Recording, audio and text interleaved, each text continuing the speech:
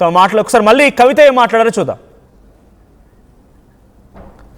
Right, 100% అక్కడ మహిళా ముఖ్యమంత్రి అవుతారు అని చెప్పి తను అంటూ ఉన్నారు. అట్ ది సేమ్ టైం ఇందాక ఆర్టీవీ చెప్పినట్టుగానే గ్రీన్, ఎల్లో అండ్ బ్లూ ఏ రకంగా అయితే 3 రంగులతో అక్కడ పార్టీ జెండా ఉండబోతుందో అదే రకంగా కవిత ఆకుపచ్చ రంగు చీరలోనే బయలుదేరారు.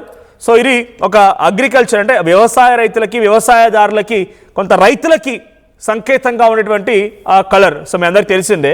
సో ఆకుపచ్చ రంగు చీరలో తను బయలుదేరిపోయారు.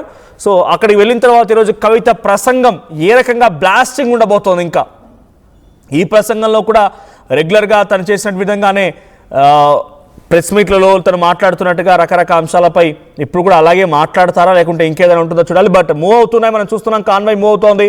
ఆర్టీవీ కూడా ఆ కాన్వాయ్ని ఫాలో అయ్యే ప్రయత్నం చేస్తోంది. ఎక్స్క్లూజివ్ విజువల్స్ మనం చూడొచ్చు. నందినగర్ నివాసం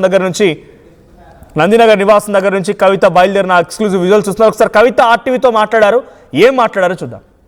థ్యాంక్ యూ చెప్తున్నాం. ఇంకా కొన్ని నిమిషాలే, చాలా బాగుండబోతుంది. తెలంగాణ ప్రజలకు ఒక జై తెలంగాణ మహిళ ఉండే అవకాశం ఉందా? 100% తెలంగాణ ప్రజలు బ్లెస్ చేస్తారు. థ్యాంక్ యూ చెప్తున్నాం. ఇంకా కొన్ని నిమిషాలే, చాలా బాగుండబోతుంది. తెలంగాణ ప్రజలకు ఒక